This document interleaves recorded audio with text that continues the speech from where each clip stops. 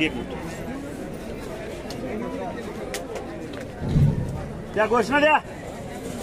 अन्ना साहेब तुम आगे बढ़ो, हम तुम्हारे साथ हैं। अन्ना साहेब तुम आगे बढ़ो, हम तुम्हारे साथ हैं। अन्ना साहब तुम आगे बढ़ो, हम तुम्हारे साथ हैं। अन्ना साहब तुम आगे बढ़ो, हम तुम्हारे साथ हैं। हम सब एक हैं, हम सब एक हैं। अन्ना साहब तुम आगे बढ़ो, हम तुम्हारे साथ हैं। चला आता आई तुळजाभवानीच्या चरणी या एकंदरीत जे आहे अण्णासाहेब जराड जे आहे हे पाण्यानं या ठिकाणी अभिषेक करता एकंदरीत काय एकंदरीत आज तुम्ही हे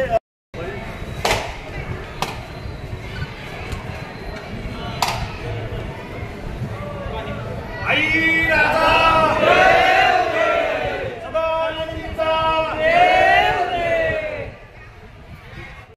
तुळजापूरला तुम्ही उजनीचं पाण्याचं टँकर आणलंय आणि इथं जे धुण्याचं काम करताय ते नेमकं कशासाठी करताय आणि नेमकं हे आंदोलन कशासाठी आहे? सर मुळात तर हे आंदोलन नाही,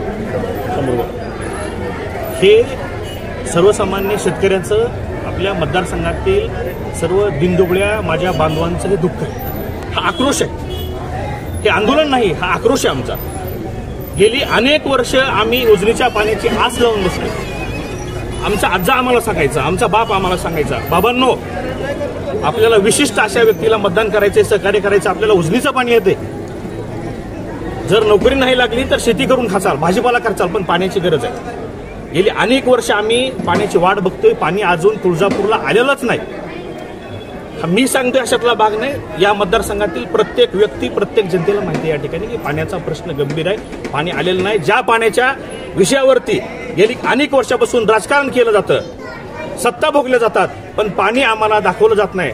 त्यामुळं आम्ही आई तुळजाभवानीच्या चरणी त्याच्या पायऱ्यावरती या ठिकाणी उजनीचं पाणी आणून घातलेलं आहे आणि इथून पुढे सुद्धा तालुक्यातील प्रत्येक गावातील मारुतीला, प्रत्येक मंदिरातील प्रत्येक देवाला हे उजनीचं पाणी आम्ही घालणार आहे आणि सर्व देवतांच्याकडे आशीर्वाद मागणार आहोत की पुढच्या काळामध्ये आम्हाला बळ दे देवा आणि आम्ही या ठिकाणी सर्वसामान्य जनतेच्या प्रती प्रामाणिक राहून पाणी आणण्यासाठी प्रयत्न करू आणि इथली जनता समृद्ध करण्यासाठी प्रयत्न करू।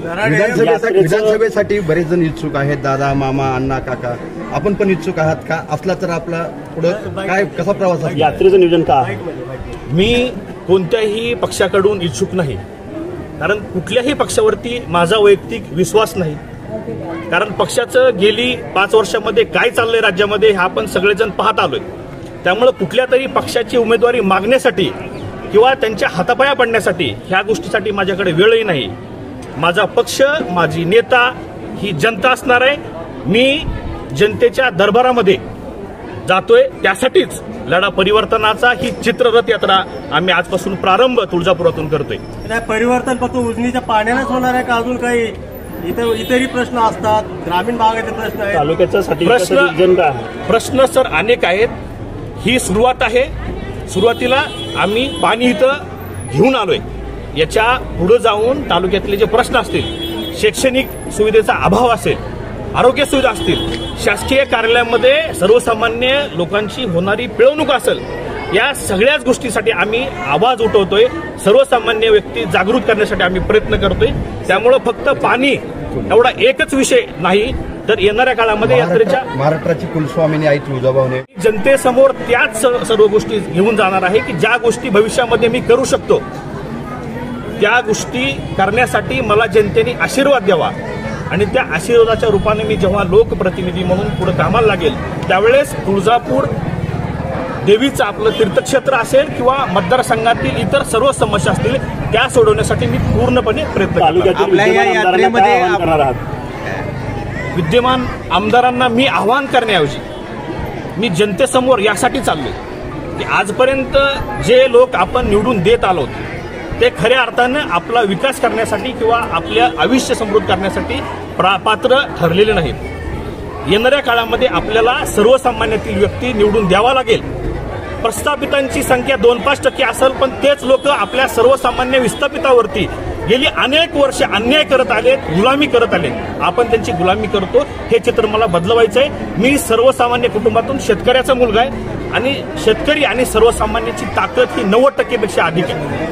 आपण घराणेशाहीबाबत पोस्टर्स लावलेत, नेमका आपला रोख कुणाकडे आहे?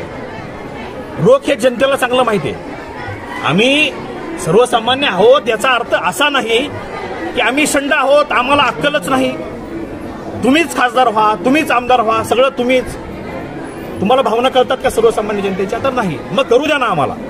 आमचा तोच विषय आहे की घराणेशाही बाजूला करा आणि सर्वसामान्य नेतृत्व पुढे करा. धन्यवाद.